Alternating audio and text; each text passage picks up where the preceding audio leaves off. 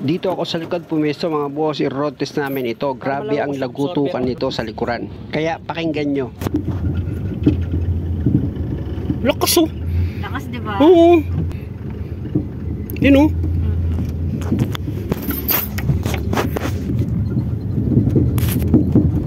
Lakas oh. Lakas diba? Grabe. Oh.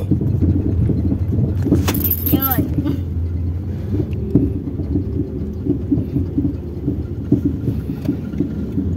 Inuga ko yung mga gulong yan, walang problema. Yung suspension niya sa harapan, chinek ko, wala din. At dito naman sa rear axle beam niya sa likuran, wala rin problema sa mga bushing niya. Gamit ko pa to. Check upin ko muna. Okay, ilang araw mo na narinig yan? Tagal na. Tagal mo nga eh. Lakas oh. Yung shock daw nito mga 3 taon pa lang. Kaya kung ganito yung sasakyan nyo at kapares ang tunog, abangan nyo kung anong papalitang kumpyesa. Sure mawawala yung ingay.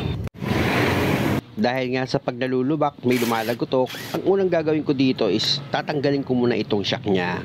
Ayun muna, check upin ko siya kung okay ba yung bomba ng shock absorber. Siyempre meron niyang number 14 na nut. Tatanggalin ko yung dalawang nut niyan. Siya nga pala yung nasa baba, yung tinanggal ko doon, bolt na number 14 yun. Dito sa taas naman, nut naman yan na number 14 din.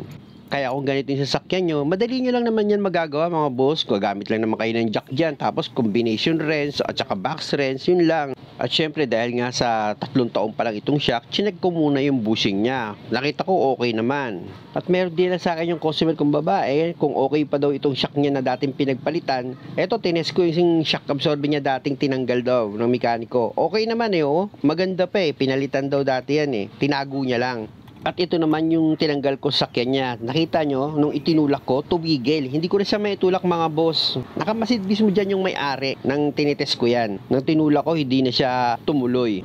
Pero kung mapapansin nyo, tumutuka pa eh. Oh. Tumutulak pa siya eh. Ito, problema dito. Yan, titigil yan bigla oh. Oh, yan, tigil siya dyan, tigil. Ayun na tumuloy. Hindi mo siya may baba. Yan, tutulak yan. Ito, tulak ko to, diretso yan. Ayan.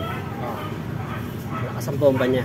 Sana mga boss nakakuha kayo ng diskarte kung paano nyo i-check yung shock nyo bago nyo siya palitan. Tandaan nyo, isa lang yan sa mga symptoms ng pagkasira ng shock. Dahil iba-iba ang pagkasira niyan. Maliban na lang kung sasadyaing sira yung hindi sira. Gaya nitong ikakabit ko na reserba ng may-ari na sinabing sira daw ito, pero nung chinek ko hindi naman pala sira. Kaya ang gagawin ko, yung dating luma niya is ibabalik ko. Actually itong nakakabit dito ngayon na shock absorber, 3 taon pa lang daw ito, pero madalang daw gamitin yung sasakyan. Kaya lang talagang siyempre hindi naman natin masasabi sa mga manufacturer na yung parts eh talagang 100% talagang tatagal siya eh. Talagang may mga parts na gano'n na maaga ring bumibigay. Lalo na kung yung lugar mo, prone talaga siya sa lubak-lubak eh, talagang madali rin siya masira. Kaya dapat pag gano'n ang lugar mo, todo pag-iingat ka rin, dahan-dahan ka lang. Nakita nyo naman mga boss kung paano ko nilagay, di ba? Isang bolt lang dyan sa baba na number 14. Tapos pag naitusok nyo na dito yung shock absorber, o ilagay nyo na yung bushing niya na pinagigitnaan niya ng 2 washer. Tapos yung nut niya na number 14, 2 yun. O gamitan nyo ng vice grip para mahigpitan nyo ng maigi. Ang iipito yun ng vice grip mga boss, yung yung dulo Ngayon kung may wrench kayo na pwedeng pang ano dyan sa dulo ng shock absorber, pwede rin. Tapos pag mahigpit na, pwede nyo nang ilagay ito pang isang nut. Ayan. Kontrahan yan mga boss, kaya 2 gagamitin nyo dyan na wrench, 2 14, isang combination at saka isang box wrench. Ayan yung ginawa ko. At pag mahigpit na, pwede na natin ilagay itong gulong niya. Tapos doon naman tayo sa kabilang side. Sa kabilang side mga boss, kung paano nyo lang naman tinanggal dito sa kabilang side na ito, ganun din naman, wala naman kayong babaguhing style doon.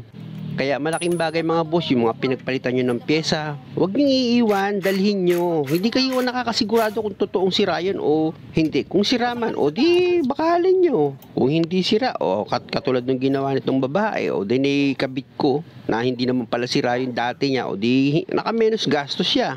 At ikaw naman na anak ni Lucy, huwag ka naman magagalit sa akin, huwag ka magmumura. Nagsasabi lang naman ako ng totoo. Kung nasasaktan ka, edi ang gawin mo, magbago ka.